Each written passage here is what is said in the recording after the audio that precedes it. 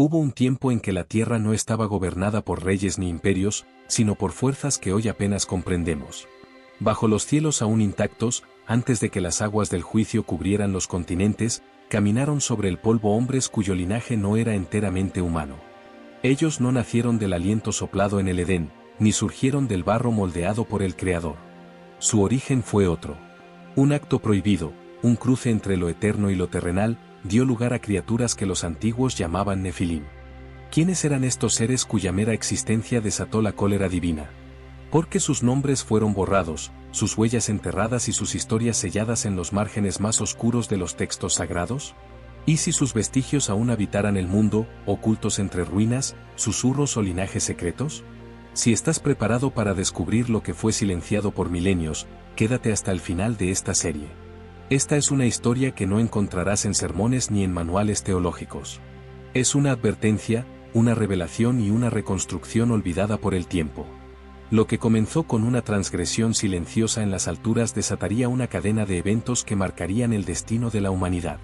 Las estrellas no volverían a brillar igual, los sabios temerían pronunciar ciertos nombres, y el juicio de las aguas no sería solo castigo, sino limpieza de algo que jamás debió existir. En la próxima parte, atravesaremos el umbral del Génesis con otros ojos, no los de un lector moderno, sino los de un testigo silencioso del día en que los cielos se rasgaron, y descendieron los que no tenían permiso de amar. Mucho antes de que Noé comenzara a construir su arca, cuando aún los ríos fluían sin memoria y las estrellas no conocían la traición, hubo un cambio en la atmósfera del cielo. No fue visible al ojo humano, ni anunciado con truenos. Fue un deseo, una mirada sostenida desde lo alto, un impulso que traspasó los límites del orden divino. Los hijos de Dios, cuya morada estaba más allá de la materia, posaron su atención sobre las hijas de los hombres, y lo que vieron encendió en ellos una llama que no era santa ni humana. La Escritura lo narra en susurros, como si temiera decir más, y tomaron para sí mujeres, escogiendo entre todas. No se trataba simplemente de amor prohibido. Era una fractura ontológica, un entrecruzamiento de esencias que jamás debieron tocarse. Aquellos seres, identificados por algunos como ángeles caídos, por otros como vigilantes celestiales rebeldes, los Grigori, descendieron no por misión, sino por deseo. Según el libro de Enoc, texto silenciado y conservado entre los esenios y pueblos antiguos, fueron 200 los que descendieron al monte Hermón, sellando un pacto irreversible, compartir el destino de la tierra a cambio de carne, de sangre, de descendencia. Y así nacieron ellos, los Nefilim. Altos como cedros, con voces que resonaban como tormentas lejanas. No envejecían como los hombres comunes, ni sus cuerpos conocían la debilidad. Pero no era solo su tamaño lo que causaba pavor. Se decía que con una sola mirada podían quebrar la voluntad de un ejército, que comprendían los secretos de la piedra, del fuego y del cielo. Enoc los describe como una raza que devoraba lo que encontraba, no solo animales, sino hombres, y cuando ya no quedaba carne, se devoraban entre sí. Algunos textos antiguos, ya perdidos o prohibidos, sugieren que fueron ellos quienes enseñaron a los hombres los secretos de la guerra, del maquillaje, de las hierbas, del hierro fundido y de la astrología. Lo que parecía sabiduría, era veneno disfrazado. Azazel, uno de sus líderes, entregó a la humanidad el arte de la espada. Semiaza, el comandante de los vigilantes, mostró cómo manipular los cielos. El mundo fue iluminado por un conocimiento que no estaba listo para recibir, y la tierra gimió bajo el peso de esa luz oscura. En las ciudades construidas por los Nefilim, cuyos nombres se perdieron en el polvo del tiempo, los hombres los adoraban como dioses. Había rituales, templos, sacrificios. Se decía que en las noches sin luna, su sombra podía verse vagando entre columnas de humo y piedra, y que sus nombres aún se repiten en sueños por quienes han osado estudiar demasiado. Algunas leyendas orientales identifican a estos gigantes con los primeros reyes divinizados, mientras que en tradiciones mesopotámicas resuenan como ecos de los Apkayu, los sabios semidivinos que perecieron en el diluvio. Pero su presencia no pasó desapercibida. El Altísimo, desde su trono fuera del tiempo, contempló con furia el desorden. Los hijos del cielo habían profanado su función, los hombres habían recibido poder sin sabiduría. El mundo estaba contaminado. No solo en la carne, sino en la esencia. Entonces, fue decretado, no más. El cielo no hablaría con truenos, sino con lágrimas. Vendría el juicio. Una purificación. Pero antes, se registrarían los nombres de estos seres. Serían encadenados en lugares de oscuridad, sellados hasta el día del ajuste final de cuentas. Y su estirpe, extinta, o casi. La historia, sin embargo, no termina allí. Pues lo inexplicable continuó resonando tras el diluvio. Y cuando los exploradores de Israel espiaron la tierra prometida, vieron allí figuras imposibles. Parecíamos langostas ante ellos, dijeron. Los gigantes no habían desaparecido del todo. En la próxima parte, desentrañaremos lo que ocurrió después del diluvio, cómo las sombras de los nefilim se deslizaron entre los pueblos antiguos, dejando rastros entre los anaquitas, los refaítas y otras razas de colosos olvidados. Porque lo que cayó una vez, puede volver a levantarse. Cuando las aguas retrocedieron y la tierra volvió a respirar, el mundo parecía en silencio. Las cimas de los montes aún estaban cubiertas de lodo, y no quedaban vestigios visibles de los colosos que antes dominaban los valles. Noé, desde su altar improvisado, ofreció gratitud al Creador, convencido de que lo impuro había sido borrado para siempre. Pero la maldad, al igual que la ceniza, se filtra por las grietas más inesperadas. Las escrituras hablan poco, pero no enmudecen. Siglos más tarde, mientras los descendientes de Jacob avanzaban hacia la tierra prometida, una visión estremecedora surgió entre las palabras de los 12 espías enviados por Moisés.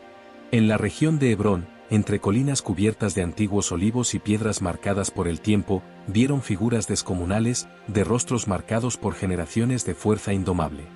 Vimos allí a los hijos de Anac, descendientes de los Nefilim, dijeron temblando. Y no era una metáfora. Eran seres reales, y sus ojos todavía ardían con el fuego del mundo anterior. ¿Acaso sobrevivieron algunos de ellos al juicio de las aguas? ¿O el pacto sellado por los vigilantes volvió a repetirse en secreto?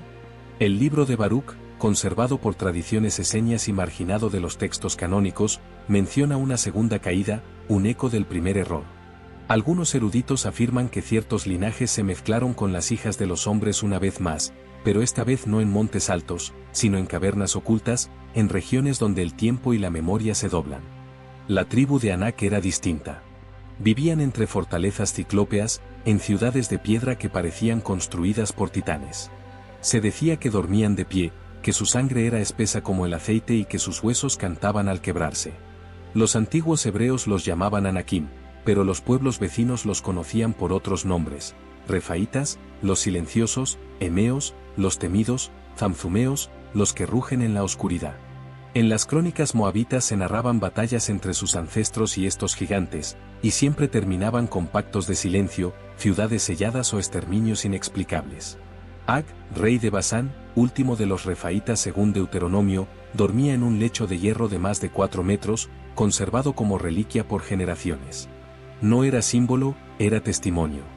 La tierra estaba aún marcada por pies que ninguna edad humana podía igualar. Incluso el lenguaje bíblico cambia cuando ellos aparecen. Las narraciones se vuelven temerosas, casi como si las palabras mismas debieran medir su tamaño. En medio del desierto, el pueblo de Israel dudó del cumplimiento de la promesa divina no por hambre ni sed, sino por el terror de enfrentar aquello que desafiaba la comprensión.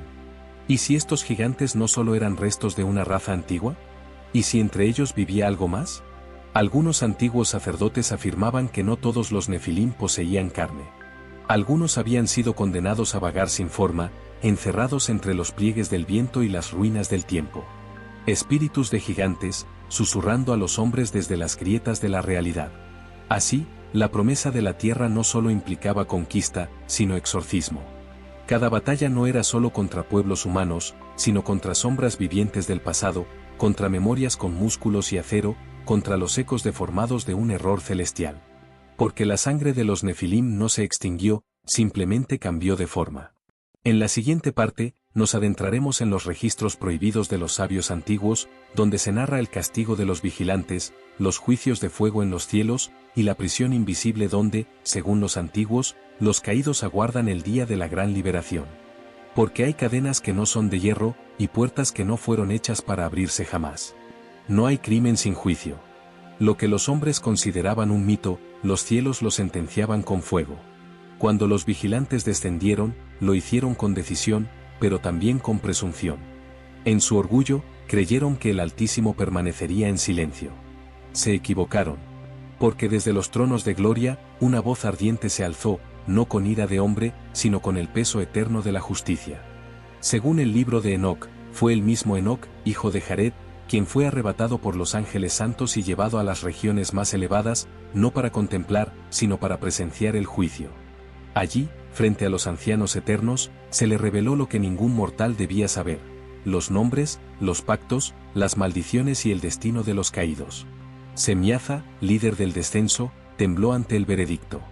Sus súplicas no fueron oídas. Ya no eran mensajeros, eran transgresores.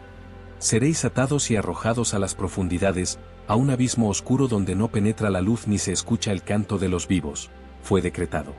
Y así, los vigilantes fueron encadenados en los abismos de la tierra, en cámaras de roca selladas por nombres que ningún humano puede pronunciar sin quebrarse.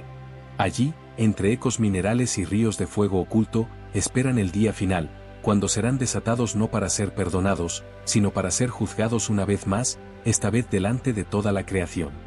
Azazel, aquel que enseñó a los hombres a forjar espadas y a las mujeres a seducir con colores, recibió una condena especial.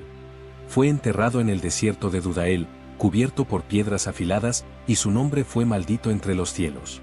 En cada generación, su influencia debía ser purgada, y cada sombra que llevara su firma debía ser erradicada.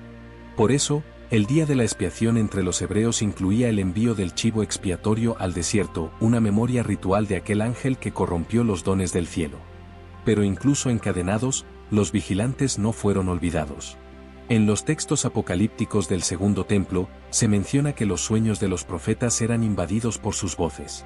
En el libro de los Jubileos, se narra que sus hijos, los Nefilim, muertos por el diluvio, no encontraron reposo, y sus espíritus quedaron errantes en la atmósfera de la tierra, dando origen a los demonios que atormentan a los hombres.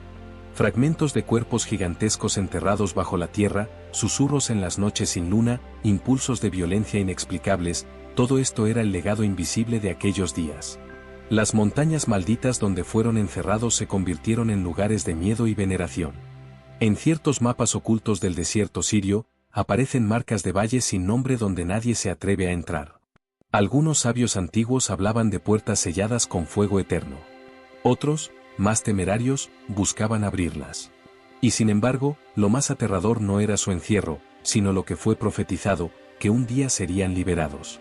Cuando los cielos se oscurezcan y la sangre caiga como rocío, las ataduras serán deshechas.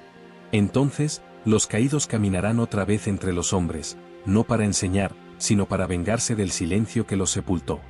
Lo que comenzó como un deseo ilícito entre ángeles y mujeres, terminó desatando una cadena de condenas que aún hoy tiembla bajo nuestros pies. Porque en los ecos del mundo antiguo, las cadenas de los vigilantes aún resuenan. En la próxima parte, exploraremos cómo este conocimiento secreto se perpetuó entre linajes humanos, sociedades ocultas y profetas malditos. Porque hay quienes heredaron más que sangre, heredaron el recuerdo. No todos los hombres olvidaron. Cuando los cielos se cerraron y los gigantes fueron sepultados por la furia de las aguas, hubo quienes, en la oscuridad, recogieron lo que quedó, fragmentos de huesos, símbolos grabados en piedras negras, tablillas rotas donde se leían nombres que el fuego no consumía. Eran sabios, hechiceros, sacerdotes de pueblos antiguos que no respondían al Dios Altísimo, sino a ecos más antiguos. Convirtieron lo que sabían en culto. No adoraban a los vigilantes, pero tampoco los condenaban. Los consideraban portadores de conocimiento puro, castigados por los celos del cielo. En los desiertos del este, surgieron linajes enteros consagrados a preservar lo prohibido. Algunos se hicieron llamar hijos de los antiguos, y decían descender de mujeres que habían portado en su vientre sangre mezclada con estrellas. Guardaban en criptas subterráneas códices escritos en lenguas muertas, y afirmaban poder trazar su linaje hasta los días anteriores al diluvio. Entre ellos, los nombres de Semiaza, Azazel y Araquiel no eran malditos, eran invocados en ritos que buscaban abrir puertas más allá del velo. Los relatos de las antiguas ciudades sumerias, como Eridu y Bat Tibira, mencionan hombres sabios de ojos dobles que vinieron de los cielos y enseñaron el arte de contar los días, de dominar los metales y de comunicarse con los dioses. Aunque las tablillas los llaman Apkayu, los eruditos de los secretos los reconocen como reflejo de los vigilantes. Entre ellos, uno llamado Adapa, hijo del dios Ea, muestra el perfil de un sabio que poseía conocimiento sin haber sido creado para ello. ¿Y si Adapa no fue un mito, sino un eco disimulado de Enoc? ¿Y si los Apcayu no eran hombres dioses, sino herederos de los primeros caídos? Durante los reinados ocultos en Egipto, algunos sacerdotes de Heliópolis hablaban de los gigantes de Occidente que cayeron por desear a las hijas de la tierra. En sus templos, en cámaras solo accesibles a iniciados, se conservaban papiros donde se describía cómo las estrellas podían influir en el alma humana, una enseñanza atribuida a los primeros que bajaron. Y en Canaán, incluso después de la expulsión de los anaquitas, surgieron cultos que adoraban a los Refaim como dioses tutelares de la fertilidad y de la guerra. Con el paso de los siglos, estos saberes se ocultaron aún más. Se disfrazaron bajo símbolos, mitos y genealogías falsificadas. Algunos reyes afirmaban ser descendientes de los gigantes, no como blasfemia, sino como señal de poder. En las cortes de Asiria y Babilonia, existían bibliotecas enteras de textos que solo los altos iniciados podían leer, y muchos de esos textos relataban batallas de hombres contra gigantes, o sueños en los que seres descomunales entregaban armas y secretos. Y no todo se perdió. Cuando Roma comenzó a expandirse, los vestigios de estos linajes se infiltraron en ciertos colegios secretos. Se hablaba de sociedades que guardaban el conocimiento de los rebeldes, y cuyas ramas perduraron hasta los primeros siglos del cristianismo. Los primeros padres de la Iglesia condenaron a estos grupos, llamándolos herejes. Pero los documentos hallados en Qumrán y en Nag Hammadi muestran que parte de ese saber fue preservado. Textos como el Libro de los Gigantes relatan visiones aterradoras de los hijos de los vigilantes antes de su caída definitiva, sueños de guerra celestial, de juicio y de retorno. Porque ese es el temor que aún persiste entre quienes conocen. Que el sello no fue eterno. Que los que saben invocar sus nombres aún existen. Y que los descendientes de aquellos linajes malditos siguen buscando lo que fue perdido, el cruce imposible entre cielo y tierra. No por amor, esta vez, sino por dominio. En la siguiente parte, entraremos en los días de Enoc, el hombre que caminó con Dios y fue llevado sin ver la muerte. Porque antes de que se cerrara el ciclo, él fue testigo de todo, el descenso, la corrupción, el juicio, y también del misterio del fin. Entre los nombres olvidados por la tierra pero recordados en los cielos, uno brilla con una luz diferente, Enoc, hijo de Jared. No fue guerrero ni rey, no erigió ciudades ni comandó ejércitos. Sin embargo, su huella atraviesa el tiempo como un susurro que ni la muerte pudo silenciar. Mientras los gigantes caminaban sobre la tierra y los vigilantes tejían su red de corrupción, Enoc caminaba con Dios. Fue el primer hombre en alcanzar tal comunión que el propio Creador decidió no permitirle morir como los demás. Fue arrebatado, no por castigo, sino por revelación.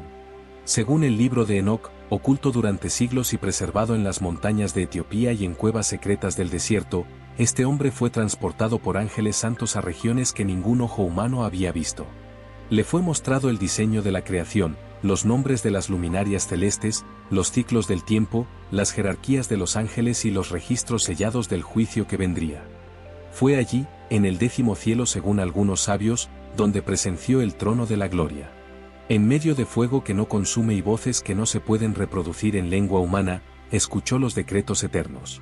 Y también fue allí donde recibió la misión más peligrosa jamás dada a un hombre, anunciar el juicio a los ángeles caídos.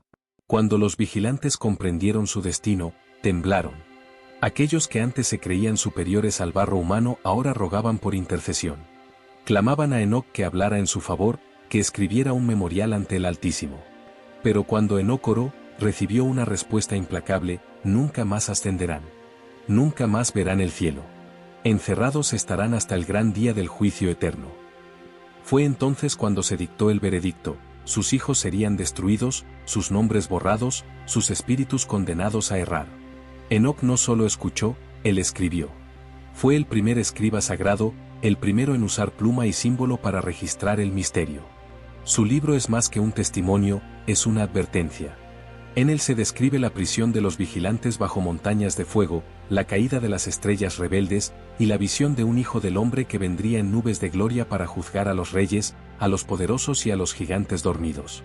Pero lo más perturbador que Enoc vio no estaba en los cielos, sino bajo la tierra.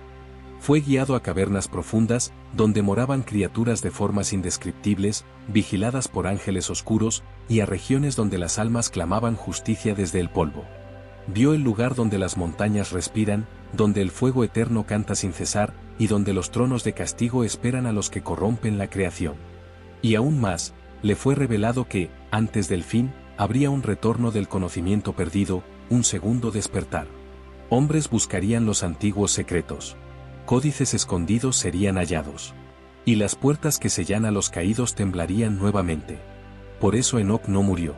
Porque su tiempo no ha terminado. Según ciertas tradiciones místicas, fue transformado en el ángel Metatrón, escriba celestial y testigo del juicio. Él no solo observa, él registra. Cada acto, cada palabra, cada transgresión.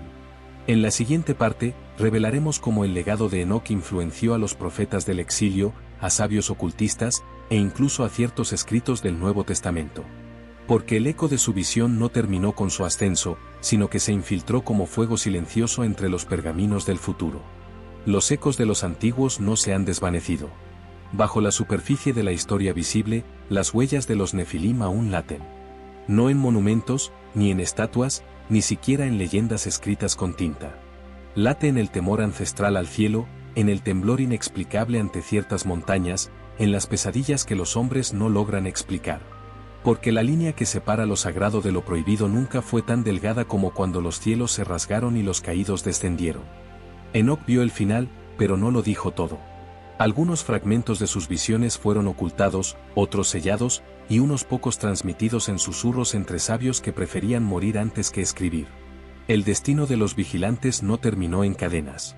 Según ciertas tradiciones, su influencia se desliza aún por las grietas del mundo. ¿No dijo acaso el propio Enoc que, en los días finales, los secretos de los cielos serían abiertos y lo que estaba sellado sería revelado?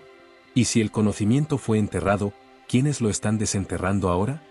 Desde lo alto de ciertas cumbres hasta lo profundo de laboratorios ocultos, hay quienes buscan el linaje perdido, no para adorarlo, sino para controlarlo.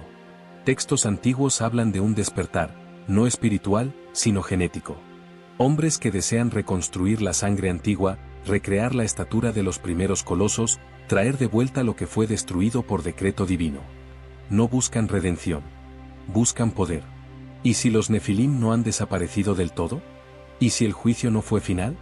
¿Y si en algún lugar del mundo hay niños con sueños que no son suyos, pesadillas con lenguas que jamás aprendieron, y recuerdos de un cielo que nunca vieron?